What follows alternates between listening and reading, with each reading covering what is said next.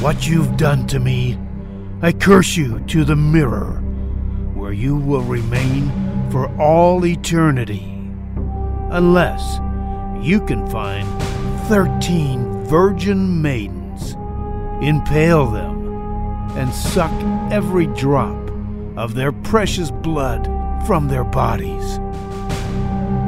If you fail, the mirror will be your final resting place. You have only one chance to lift the curse.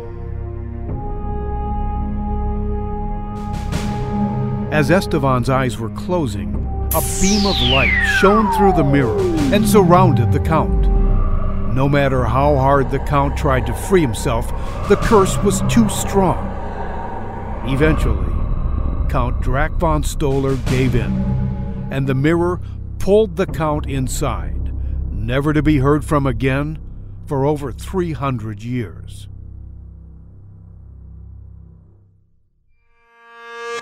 In the beginning, the devil created hell on earth. The skies were red as fire, and the oceans and seas ran deep with blood. The devil liked what he created, so he created a demon called Beelzebub, meaning Prince of Demons, in his likeness, and set him out into the world to enjoy the hell that was created. The devil explained to Beelzebub, "Whatever you do, don't eat the fruit from the Garden of Hell." Beelzebub replied, "Why, master? It looks tasty." The devil answered, "If you do, you won't see the wonderful hell that I have created for you. Just to make sure you don't eat of the tree, I have created gargoyles to guard the tree, so you won't be tempted." Everything was going well until Beelzebub was feeling lonely and wanted companionship. Years later, on a stormy Halloween night, while Susie was sleeping, a voice called out to her to come to the attic. The voice said, "Susie,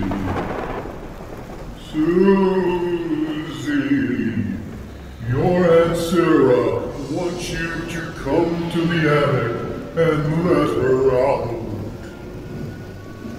Susie got out of bed in a trance-like state and walked up the stairs to the attic door as the voice was speaking to her.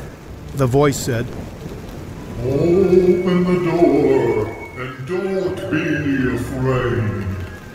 Your Aunt Sarah wants to see you." Susie opened the door and stepped inside. The voice said, "Susie, say these words and your Aunt Sarah will be set free." The hand started moving at a fast pace across the laboratory floor. No matter how hard Dr. Van Looten tried to capture the hand got away. The hand eventually made its way up the stairs and out the front door, ready to kill again.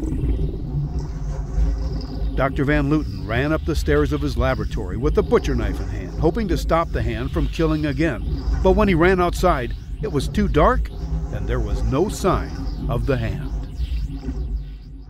The severed hand made its way onto a coach that was parked just 100 yards down from Dr. Van Looten's castle.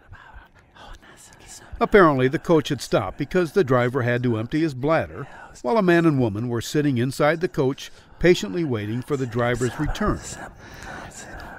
But he never made it back to the coach. The severed hand got its first victim and headed back to the coach to kill again.